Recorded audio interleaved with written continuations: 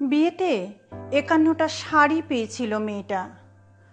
অষ্টমঙ্গলায় ফিরে এসে আরও ৬টা। এত শাড়ি একসঙ্গে সে জীবনে দেখেনি। আলমারির প্রথম থাকে সে রাখলো সব নীল শাড়িদের। হালকা নীল একটাকে জড়িয়ে ধরে বলল, তুই আমার আকাশ। দ্বিতীয় থাকে রাখলো সব গোলাপিদের। একটা গোলাপিকে জড়িয়ে সে বলল, তোর নাম অভিমান।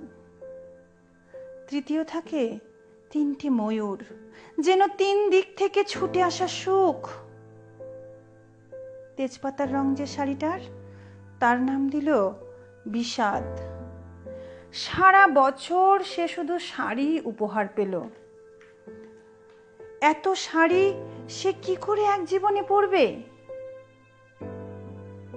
কিন্তু বছর যেতে না যেতেই ঘটে গেল সেই ঘটনাটা। সন্ধ্যের মুখে মেয়েটি বেরিয়েছিল স্বামীর সঙ্গে চাইনিজ খেতে। কাপড়ে মুখ বাঁধা ৩টি ছেলে এসে দাঁড়ালো। স্বামীর তলপেটে ঢুকে গেল ১২ ইঞ্চি। ওপর থেকে নিচে নিচে নেমে ডান দিকে পড়ে রইল খাবার। চিলি ফিশ থেকে তখনও ধোঁয়া উঠছে। এর নাম রাজনীতি বলেছিল পাড়ার লোকেরা। বিয়েতে ৫১টা শাড়ি পেয়েছিল মেয়েটা। অষ্টমঙ্গলায় ফিরে এসে আরো ৬টা। একদিন দুপুরে শাশুড়ি ঘুমিয়ে সমস্ত শাড়ি বের করে ৬তলার বারান্দা থেকে উড়িয়ে দিল নিচের পৃথিবীতে। শাশুড়ি পরিয়ে দিয়েছেন তাকে সাদা থান।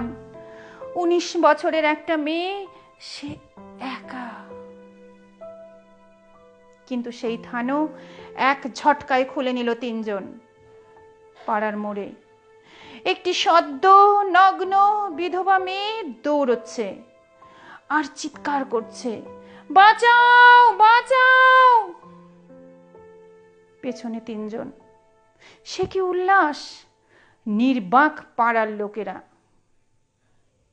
বিয়েতে ৫১টা শাড়ি পেয়েছিল মেয়েটা। অষ্টমঙ্গলায় ফিরে এসে আরো ৬টা। বিয়েতে ৫১টা শাড়ি পেয়েছিল মেয়েটা।